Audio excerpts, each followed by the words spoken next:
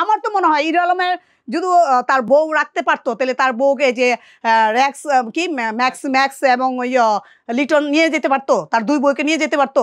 এটা কোনো কথা? হিরো আলমের মনে হয় আমার কত ভিতরতে কিছুই নাই, তার ভিতরে কিছু নাই, টাকাও নাই, এর জন্য চলে যাচ্ছে বউগুলি। সে ভালোবাসতে পারে না, তার ভালোবাসা নাই। তার ভালোবাসা 2টা জিনিস তো আছে, ভালো ছেলেদের ভালোবাসা নাই, সে ভালোবাসতে পারে না একটা মেয়েকে। সে অন্য মেয়েদের সাথে পরকীয়া করতেছে বা অন্য মেয়ের সাথে ব্যাড শিট করতেছে, এই জন্য সে তার বউ চলে যাচ্ছে। সে শুধু রিয়া মনিকে দোষ দিব? হিরো আলমের দোষ আছে এখানে, হিরো আলমের দোষ আছে, এক হাতে তালি বাজে না। হিরো আলমের দোষ আছে। হিরো আলমের ওয়াইফ রেখে আর মেয়ের সাথে, ওই মেয়ের সাথে গেল, মিথিলার সাথে কিভাবে গেল? মিথিলার সাথে টাকার লোভে তাকে নাটক বানাবে, কি বানাবে, কন্টেন্ট বানাবে, মিথিলাকে তার ব্যাডে নিয়ে এসেছে। মিথিলা কেমন মানে ওয়াইফ হিসেবে আসে? সে তার সাথে 5 কোটি টাকা না 5 লাখ টাকা আনার জন্য মিথিলার সাথে সাইন করছে, সাইন করে তাকে বিয়ে করছে। এগুলো একটা ফাইজলামি।